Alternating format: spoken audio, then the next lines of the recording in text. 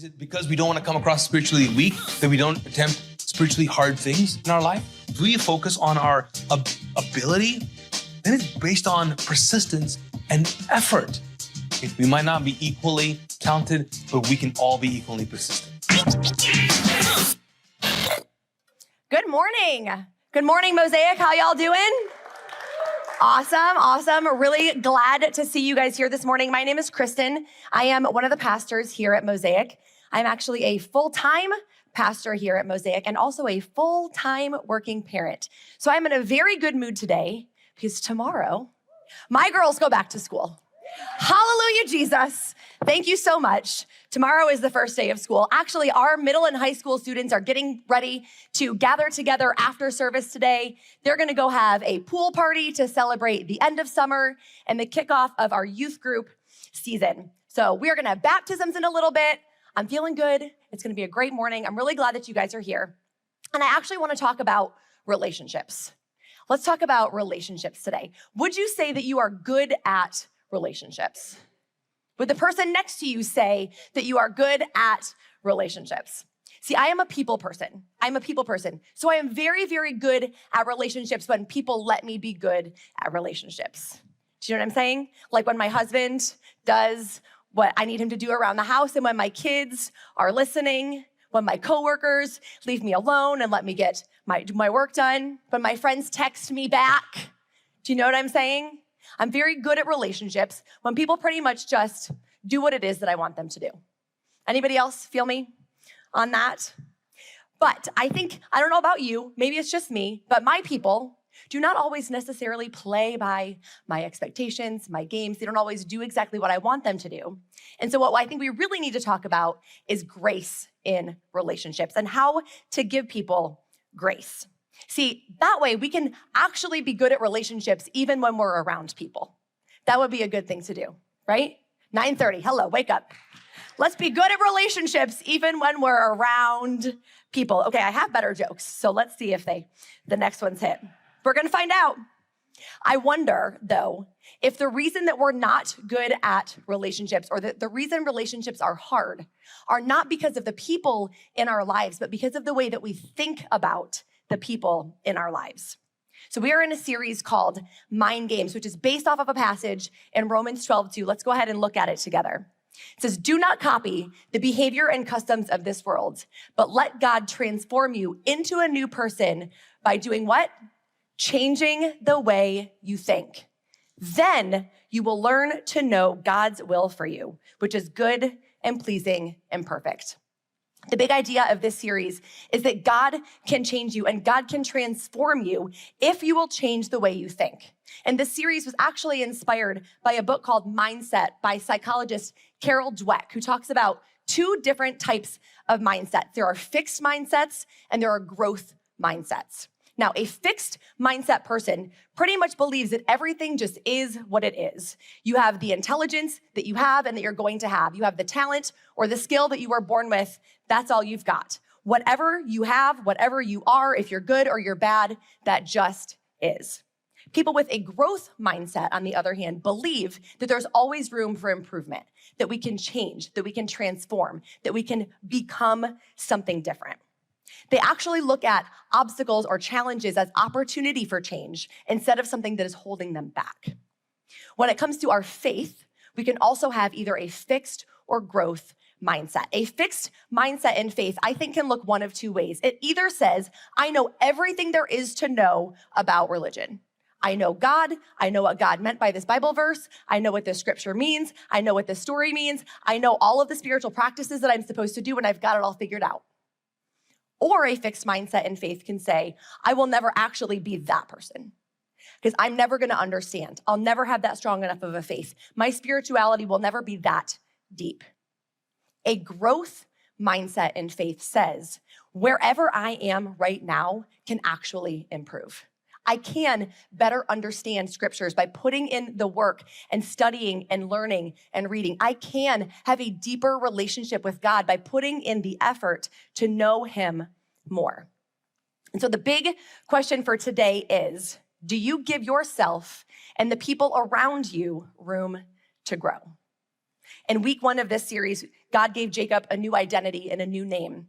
In week 2, we saw him give Joseph an attitude adjustment. And in week 3, today, we're gonna see Jesus give his disciples a new approach.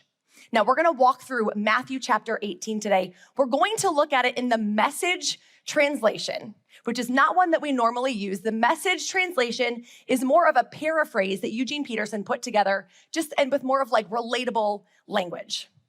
We are gonna use it today because sometimes I like a spicy Jesus, okay? So that's what we're gonna go with. Let's go ahead and jump right in to the first one. At this point, Jesus is doing miracles and people are starting to realize who he is. They're starting to realize that he is the Son of God and this Messiah that they've been waiting for. People are coming to watch and see what he has going on.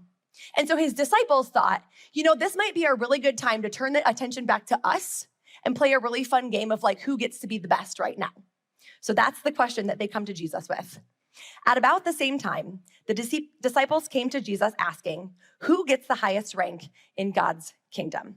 For an answer, Jesus called over a child whom he stood in the middle of the room and said, I'm telling you once and for all that unless you return to square one and start over like children, you're not even going to get a look at the kingdom, let alone get in. Whoever, what is this word? Becomes simple and elemental again, like this child, will rank high in God's kingdom. What's more, when you receive the childlike on my account, it's the same as receiving me. Jesus is telling them you have to become childlike. And scholars agree that he is not just talking about children here. It can be people that are younger than you, people that are younger in the faith, or people that maybe you actually honestly kind of look at as younger than you or beneath you. Now, at Mosaic, we have all kinds of babies right now, lots of kids. And y'all can watch me. I just go around the foyer from like baby to baby, right? We do this. We're so drawn to babies and children. Why? Because of the qualities of children and childlike people. They are innocent, right? They thrive on their ability to wonder and to play and to be creative. They are trusting. They believe the best about people around them. They believe the best about the world around them. They're vulnerable. They are ready and willing to listen and to learn and to grow and to love. They are dependent, which requires humility. They're not trying to assert their power or their way or their success in anything. They're ready and willing to start and start over, to try and to try again. Their lives are nothing but potential, ready to grow. Whereas adults, more often, tend to have a fixed mindset. We can be skeptical. We tend to assume the worst about people. Maybe we're standoffish and we don't trust people because our experiences maybe have showed us that we shouldn't or that we can't. We'd like to focus on our independence, our need to prove the things that we can do and achieve and claim on our own. And we tend to live in a world that we have figured out, a world where we know what everybody's about and we know how it works based on either the mistakes that we've made in the past or hurts that other people have put on us. And we've decided that we just know how the world works and who people are. See, I think what the disciples missed here, and I think what we often miss is this is not how Jesus' kingdom works. Jesus is telling them, my kingdom is upside down. If you want to be great in my kingdom, you have to actually go backwards. You have to become like a child. And he is going to change their approach from a fixed focus where they are looking through a lens of pride and narcissism to a growth potential where they are going to be able to, in humility, see the potential in the people around them. In the next few passages, as we go through these verses, Jesus is going to show them specifically how to go back to a place where there's room to grow. Let's go to verse 6.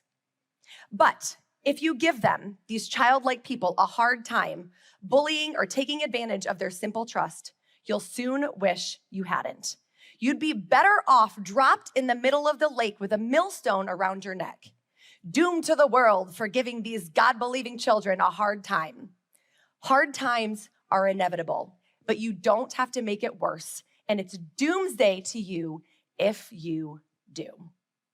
Okay, So Jesus is using some strong language here, some strong language. This is almost even like bigger words and seems to be a bigger deal than when he talks about, the big sins or like breaking one of the 10 commandments. So what does this tell us about God and what he cares about? It tells us that he cares about all people, even the people that the world looks down on, and that how we treat people matters. How we treat people matters. So let's really grasp the magnitude, right, of this millstone and what it is that Jesus is saying here. So millstones were stone circles. They were probably about this size. There would be one that was flat, and then there would be another one, its pair, that would stand up on its end, and it had a handle. And so generally they were used in the kitchen, and women would use these to ground corn and get ready for food. So picture these like stones, right? But this particular phrase here that Jesus is using, in the Greek, it's moulos anikos. Moulos anikos, and it translates a particular way. Moulos means millstone, the big stone that Jesus was talking about. Anikos means of an ass or a donkey. So we have a photo to actually see what it is that Jesus was talking about here. This is a millstone that was so large, it would take a donkey's effort to pull it around. Jesus is not talking about the one that they have in their kitchen. He's like, hey, doomsday to you of this magnitude if you think that you are going to mistreat people. He is being extreme on purpose. He is using extreme language on purpose. Back then, Middle Eastern teachers often used exaggeration or figurative language to make a point. And so Jesus is using this specific phrase, this moulos anikos, as a warning to not mislead or mistreat the childlike people, because he wants them to understand that judgment for people who do is extreme. He says it'd be better for them to be dropped off in the middle of a lake with a big ass stone around their neck. But he says this is better. It'd be better for you to be doing this than to mistreat people. I love verse 7 right after this, where he says, hard times are inevitable, but you don't have to make it worse. So when it comes to people, right? What are hard times? What are hard times? There goes my ring. What are hard times in relationships? It's all good. When we disappoint people, when people disappoint us, when we make mistakes, when people fail us, when they don't meet our expectations. See, part of letting people grow is letting them change. Are your kids allowed to make a mistake? Are your parents allowed to let you down? Are your coworkers allowed to fail you? Because I'm going to tell you right now, if they haven't yet, they're going to. They're gonna. And when they do you help them to grow, or do you make it worse? Here's how you can tell. When somebody you're in a relationship with messes up, do they come to you and tell you because you are their safe person that they can come and be real with? Or do you only find out that they make a mistake because you just happen to find out, because they're afraid of what your reaction will be? See, we make it worse when we punish people. There's lots of ways we can make it worse. One of the ways is when we punish people. Now, I am a parent. I am a mom. I worked with kids for decades. I am not saying there should not be consequences, but there is a difference between a consequence that kind of, where the punishment fits the crime, so to speak, or where our consequences are actually teaching the behavior that we want to see instead, versus a punishment that is intentionally painful so they'll remember for next time. Those don't generally work. Also, anytime that we find ourselves punishing someone that we are not actually the parent of, maybe trying to hurt someone who has hurt us first, we are making it worse. Another way we make it worse is when we try to control people. Maybe we use fear, or we use our authority. We take away somebody's voice or their agency to make decisions. We make it worse when we remind people of not only the mistake that they just made, but the mistake they made last time or last year, or the mistakes that they've continued to make in a pattern. When we remind them of who they used to be. We make it worse when we use extreme language like you always this, or you never this. All of these put people in a fixed, boxed in place where they are not allowed to grow.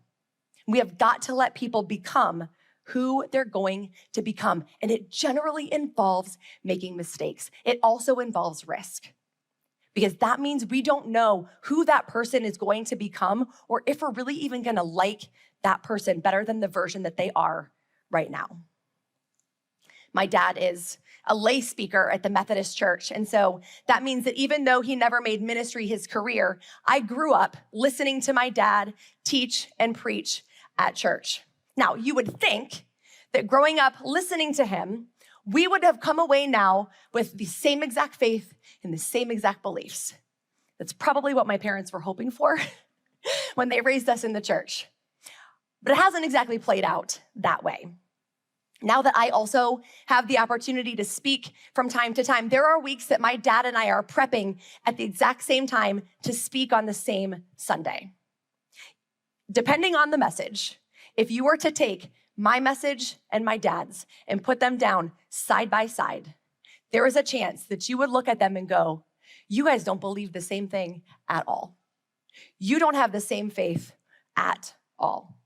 Because as we have grown in our faith, each of us somehow chasing after who it is that we believe God is calling us to, chasing after where it is God is directing us and what we truly think he is showing us in Scripture, we sometimes end up with different or even opposing interpretations.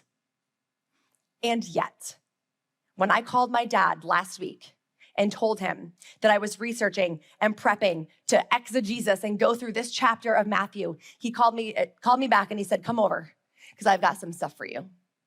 And he handed me a stack of books. He gave me a stack of his resources, even knowing that I might use them to say something that he would never say. Not just the Greek translation, but something else even. Even knowing that I might say something that he does not agree with. This is how we let people grow spiritually. We decide that we are okay with people believing different things. We acknowledge that there is a mosaic of diversity when it comes to beliefs and what a faith lived out looks like, and we choose to be okay with it. We choose to say, I believe that God is doing this in you and that you feel like you are chasing after him. And maybe we land in different places, or maybe we end up at the same place, but it takes much different timelines to get there. But that is okay with me, because I'm going to trust you to God, and we can still be in relationship even when we don't agree. Spiritual maturity is making space and accepting differences and disagreements and choosing to be in relationships with people anyway. We are not responsible for how people turn out, but we are responsible if we stifle the person that they are meant to become. I know for parents, this can be especially tricky. And so let me tell you really quick, we have an event coming just for you on September 19th. Meredith Miller is my go-to expert on all things kids and faith. And she is coming to Mosaic to do a live Q&A. We're gonna have an event just for you guys, anybody watching, anybody that wants to show up. So if you are curious about how to create faith practices that are not a one-size-fits-all, and you're like, I need to figure out how to get my weird humans in my house to understand God, even though they don't want to have a quiet time and they don't want to listen to me read the Bible and they don't want to pray, but I'm kind of worried about screwing up their faith, we would love to have you join us. There are cards in the foyer. The information is also all on the website. I am telling you, do not miss this event. All right, let's keep going. Verse 8, if your hand or your foot gets in the way of God, chop it off and throw it away. You're better off maimed or lame and alive than the proud owners of 2 hands and 2 feet, godless in a furnace of eternal fire. And if your eye distracts you from God, pull it out and throw it away. You're better off one-eyed and alive than exercising your 20/20 vision from inside the fire of hell. Isn't a spicy Jesus fun sometimes? I don't know if anybody else grew up in the church in the 80s and 90s, but I'm gonna tell you what, Christianity in the 90s was intense. It was intense. There was a lot of memorizing scripture. There was a lot of using things out of context. And this is one of those verses and passages that I only really ever heard about at a youth conference or youth group, really when they wanted to prevent specific behaviors from us, anything that had to do with attraction or lust or, teenage hormones. But that is not actually what this passage is about. It's not just for teens, and it's not just about our secret thoughts. Again, Jesus is using that common exaggeration language to make a point. What he's really talking about here is pruning. He talks a lot about pruning in the Gospels, which is basically just a way of saying anything that's getting between you and God, you just need to get rid of it. It needs to go. Maybe that's breaking a bad habit. Maybe that's changing a deep-rooted belief. Maybe that's adopting a different attitude. Maybe it's ending a relationship that is not good for you. And he doesn't hide the fact here that it's painful. In fact, he's clearly saying that it can feel like losing a part of yourself, but it's also extremely necessary because being connected to God is more important than anything else. In this particular case, he's actually talking about pruning anything that keeps someone else from experiencing God. N.T. Wright says to look at this passage kind of metaphorically, like to ask your eye, what is it seeing? What is your eye seeing? Not just what is it looking at, but who? Or who is it overlooking? What is it turning away from? Because seeing that thing makes you uncomfortable. What is your hand doing? Is your hand reaching out to pull someone up? Or is it extending to keep someone down and away from you? Is it keeping that hierarchy in place? What is your tongue doing? Is it misleading people? Is it slandering those people because they don't agree with you? Is it telling people of a God who loves them and has grace for all of their imperfections? Or is it using the name of Jesus to shame people and control a certain narrative? This is what we're talking about here. If any part of you is keeping someone else from getting close to Jesus, it's gotta go. It's gotta go. And friends, the only way to prune it, the only way to intervene here is to have the humility to admit that it's there. We have to have the humility to admit that it's there. Jesus is again speaking to their pride because people who won't admit that they have been the cause of someone else's harm or hurt or stress are also themselves in a fixed mindset because their pride is keeping them and the people around them from growing. All right, we're gonna pick it up in verse 12 here, the last section. Jesus says, look at it this way. If someone has 100 sheep and one of them wanders off, doesn't he leave the 99 and go after the one? And if he finds it, doesn't he make far more over it than over the 99 who stay put? Your Father in heaven feels the same way. He doesn't want to lose even one of these simple believers. There's a lot of pruning talk in the Gospels. There's also a lot of sheep talk in the Gospels. This was a very common thing. Communal flocks were a thing where there really would be flocks of about 100 sheep, and there would be a couple different shepherds that were assigned to them. They were everywhere. It was very common. And so what would often happen is the sheep would get themselves into a little bit of trouble. Sheep would wander away, they might stray, they might fall off a cliff, they might get stuck in a ravine, lots of things. Sheep were always needing help. And so it was also common for the shepherd to go, I'm gonna leave my 99, I'm gonna entrust the rest of my flock to you other shepherds, and I'm gonna go off and I'm gonna do whatever it takes to go find this sheep who has once again, probably more than once, strayed and gotten itself into a predicament. Christians love this analogy. We love this analogy of, the one lost sheep being rescued. But I think that's because we only ever center ourselves as the one lost sheep.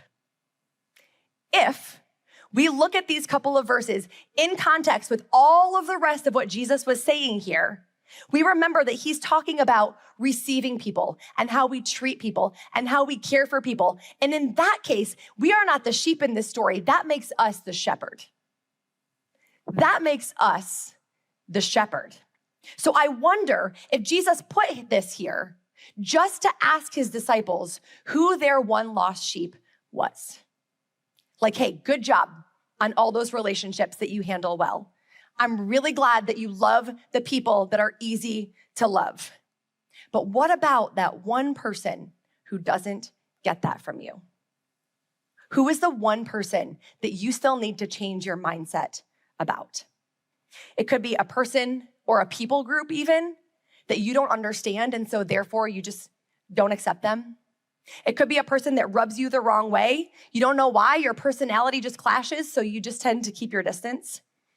Maybe it's that person that you don't like, even though if you're honest with yourself, you don't actually really even know why.